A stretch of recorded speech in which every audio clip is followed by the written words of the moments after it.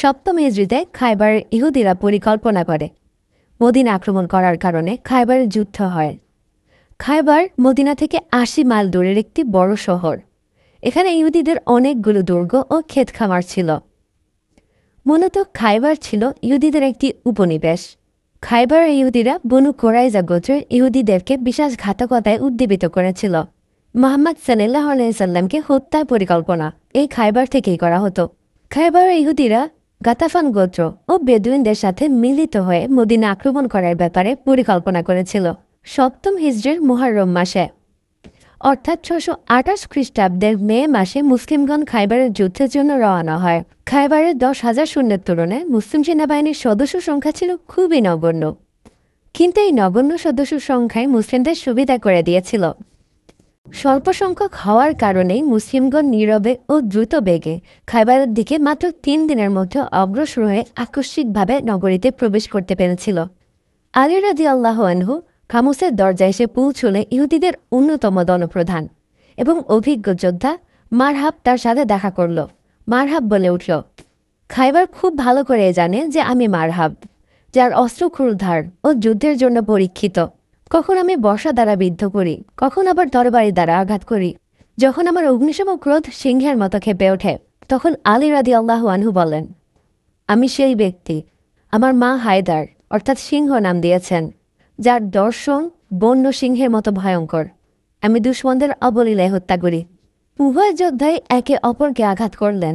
দ্বিতীয় আঘাতের পর হযরত আলী রাদিয়াল্লাহু আনহু তরবারি দিয়ে মারহাবের মস্তক বর্ম টুকরো করে মাথা চিরে ফেললেন এবং তার তরবারি মারহাবের দাঁতে গিয়ে ঠেকল।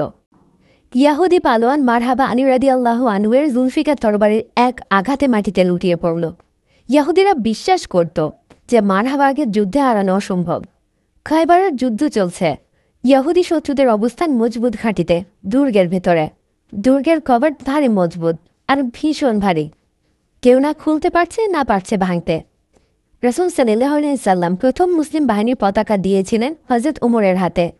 তিনি একদম সৈন্য নিয়ে অগ্রসর হলেন, কিন্তু বিজয় অর্জন করতে পারলেন না, ব্যর্থ হয়ে ফিরে এলেন। এরপর হযরত আবু বকর রাদিয়াল্লাহু আনহুর নেতৃত্বে মুজাহিদদের পাঠালেন। তুমুল যুদ্ধ করলেন, কিন্তু তিনি ব্যর্থ হয়ে ফিরে এলেন। তারপর আবার হযরত উমর রাদিয়াল্লাহু আনহু সৈন্য সামন্ত নিয়ে গেলেন, প্রাণপণ যুদ্ধ করলেন, কিন্তু এবারও দুর্গ অজেয় রয়ে গেল। রাসূল সাল্লাল্লাহু আলাইহি সাল্লাম এই সংবাদ শুনে বললেন, আগামীকাল আমি এমন একজন বীরের হাতে পতাকা দেব, যে ঘুরে ঘুরে শত্রুর উপর হামলা চালায় এবং পলায়ন করে না। আল্লাহ ও তার রাসূল তাকে ভালোবাসেন এবং সে আল্লাহ ও রাসূল সাল্লাল্লাহু আলাইহি সাল্লামকে ভালোবাসে। আল্লাহ তাকে বিজয় না দেওয়া পর্যন্ত সে ফিরে আসবে না। হযরত আবু বকর ও হযরত উমরের বাসনা ছিল যে আল্লাহ ও তার রাসূলের সে বিশেষ প্রিয়তম ব্যক্তিটি যেন তাদের একজন হবেন।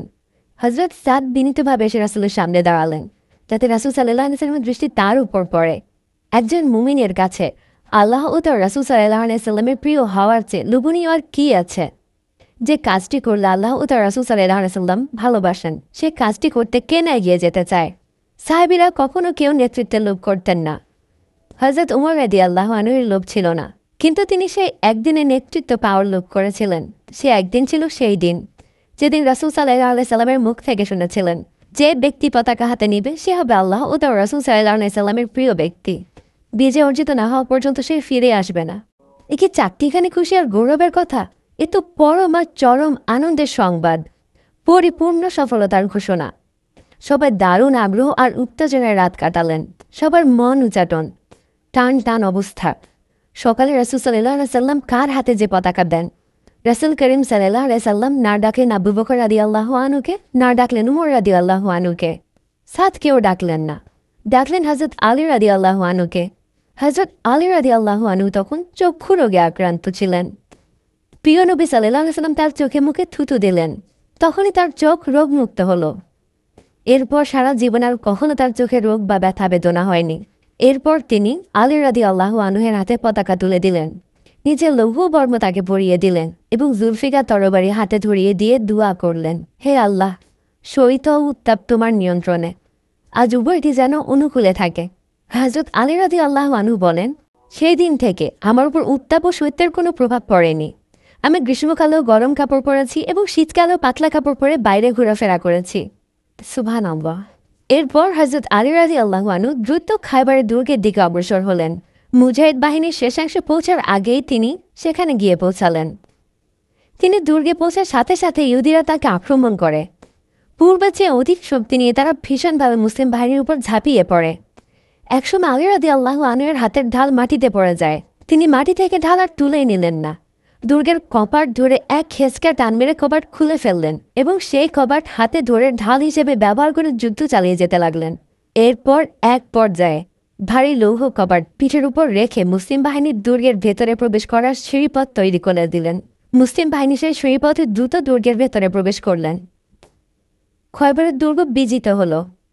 দুর্গের শীর্ষে ইহুদিদের পতাকার পরিবর্তে মুসলিম বাহিনীর কালেমাখচিত পতাকা পথপথ গড়ে উঠতে লাগল।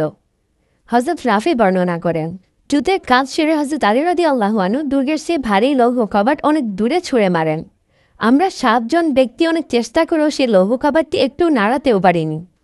এই ঘটনা আমাদের জাতীয় কবি নজরুল ইসলামের কাব্যভাষায় মূর্ত হয়েছে এভাবে: খয়বর জয় আলী হায়দার, জাগো জাগো আর বার্ড, দাও দুশ্মন দূর কবিদারি দুধারি জুলফিকার, এসো সেরে খোদা ফিরিয়ে আরবে ডাকে মুসলিম ইয়া আলী রবে, হায়দরি হাঁকে তন্দ্র মগনে করো করো হুঁশিয়ারি, আল বর্জ্যের চূড়া গুঁড়ো করা গর্জ আবার হানো, বেহেস্তি সাক্ষী মৃত এ জাতিরে আবার কাউসার দানো, আজি বিশ্বজয়ী জাতি যে বেহুশ, দাও তারে নব কুয়েত জোশ, এসো নিরাশার মরুধুলে উড়ায় দুল দুল দশওয়ার।